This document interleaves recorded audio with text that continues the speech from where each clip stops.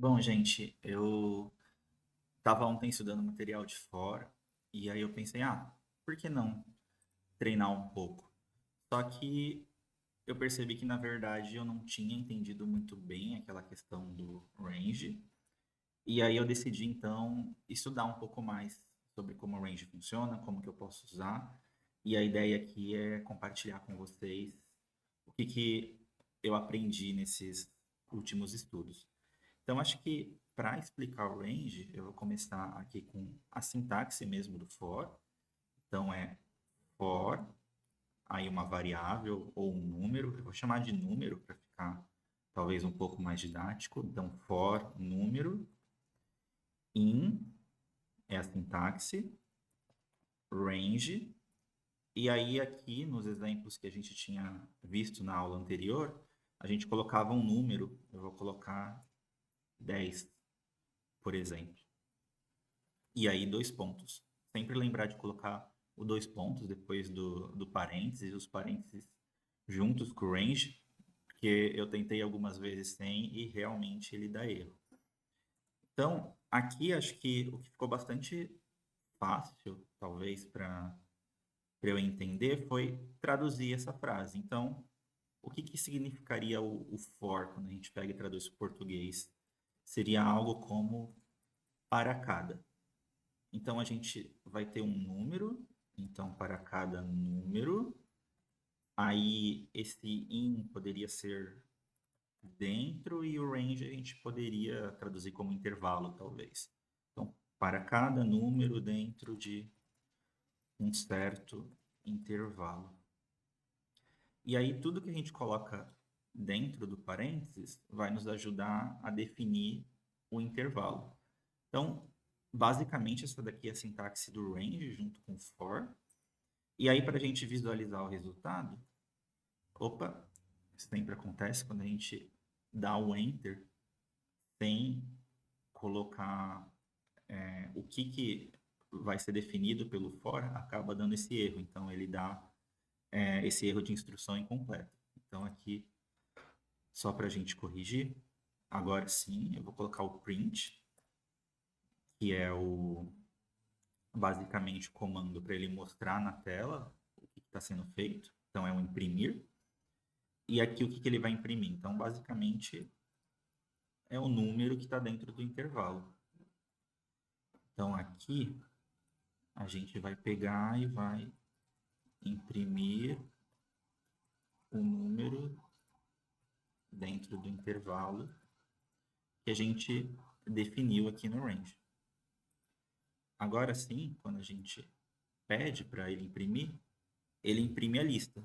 Então, para cada número dentro desse intervalo, range 10, ele vai imprimir esse número dentro do intervalo.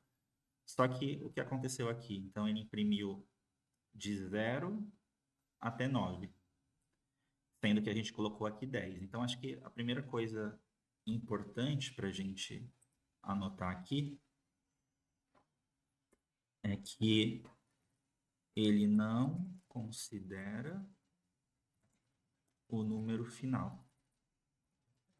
Então, se a gente colocou aqui 10, ele vai imprimir até o 9. Então, por exemplo, se a gente colocar 7 aqui, ele deveria imprimir até o 6. E foi exatamente isso que aconteceu. Uma outra coisa importante é que ele começa no zero. Então, em geral, se a gente não define nada diferente, ele vai contar do zero até o número anterior ao que a gente colocou aqui no range. E aí a terceira observação é que ele conta de 1 em 1. Então, 0, 1, 2, 3, 4, 5, 6. Então, isso daqui a gente pode chamar de passo. O passo, que é o intervalo entre um número e outro, por padrão, ele é 1. Aí, legal. Então, a gente agora tem essas informações de como funciona a sintaxe do range, mas é interessante que a gente consegue definir algumas outras coisas. Então eu vou voltar aqui para o exemplo e eu vou colocar um 2 aqui. Então agora a gente tinha um argumento só, que era o 7, e aí agora a gente tem dois argumentos, o número 2 e o número 7. E aí vamos ver o que dá. Ó, agora ele fez diferente. Ele começou no número 2 e aí ele foi até o número anterior ao 7. Então foi do 2 até o 6. Então quando a gente coloca dois argumentos, a gente define em qual número a gente quer que ele comece, nesse caso o 2, e o número anterior ao que a gente quer que ele termine. Então, nesse caso, 7. Então, vamos voltar para o exemplo anterior. Com um argumento só, ele vai começar do zero, que é o padrão. Então, vou adicionar aqui, ele começa no zero por padrão. E ele não vai considerar o número final. Então, se a gente mandar imprimir de novo, imprimiu do zero até o 6. E aí, agora tem mais uma coisa que a gente consegue definir. Eu vou voltar aqui para o exemplo do 2 até o 6. Então, imprimir, começando no 2 e indo até o número anterior ao 7. E aí, a única informação que a gente ainda não editou aqui é o passo. Então, ele continua andando de 1 em 1. Então, 2 para o 3, 1, do 3 para o 4, 1 e assim por diante. E aí, a gente pode colocar mais um argumento aqui dentro do range. Então, eu vou colocar, por exemplo, o número 2 aqui. E aí a gente vai ver o que acontece. Ó, agora mudou. Então a gente tem, começando no número 2, que é o primeiro argumento. Ele termina no 6, que é o anterior ao 7. Mas agora ele está pulando. Do 2 para o 4, tem 2. Do 4 para o 6, tem 2 também. Se a gente colocar, por exemplo, 3 aqui, vamos ver a diferença. Ó, agora ele começou no 2, aí agora ele pula para o 5. Então, 2 mais 3 que ele tem que pular, 5. E aí, por que ele não termina no 6? Seria o anterior ao 7. Porque agora que o passo está em 3, se a gente somar o 3 no 5, daria 8. Então, ele termina no valor anterior ao 7, porém respeitando aqui o passo.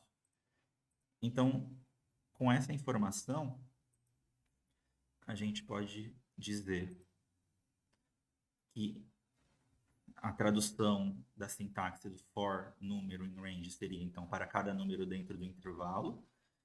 E aí, a gente pode definir as condições. Então, o range, ele pode ter um argumento só, e aí se ele tiver um argumento só, ele vai definir o tamanho daquele intervalo.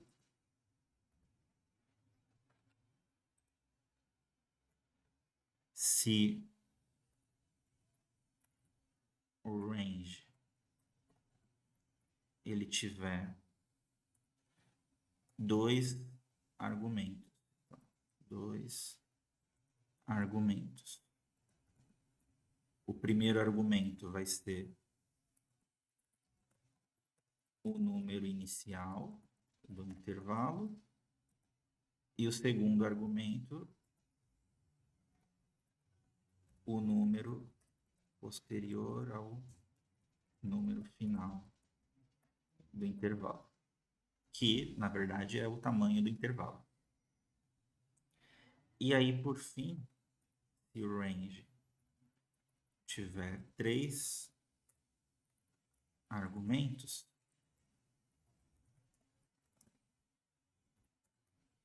o terceiro argumento vai ser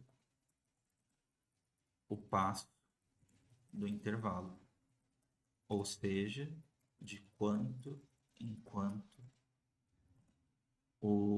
a contagem pula os números. E aí, algumas coisas importantes. Erros que eu cometi enquanto treinava. Tomar cuidado com a questão dos parênteses. Os parênteses têm que ser junto com range, senão ele vai dar um erro. E também a questão do 2 pontos. Então a gente não pode esquecer de deixar junto e de colocar os 2 pontos. E aí, se eu não definir nenhuma instrução para esse for, ele também vai dar erro. Então, ó, ele dá um erro de sintaxe incompleta.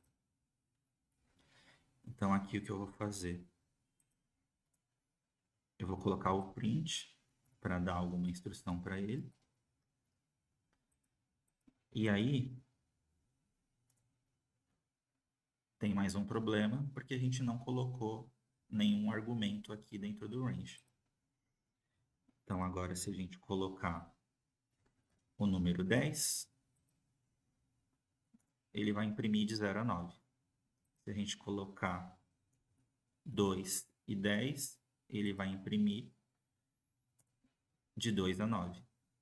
Se a gente colocar 2, 10 e 2, ele vai imprimir de 2 a 9, pulando de 2 em 2. Então, acho que essas foram as coisas que eu aprendi de ontem para hoje com essa questão do range. Gostaria de compartilhar com vocês. Então, se ficou alguma dúvida, deixem aí nos comentários que a gente vai aprendendo junto. Tá certo? Então, obrigado e até a próxima.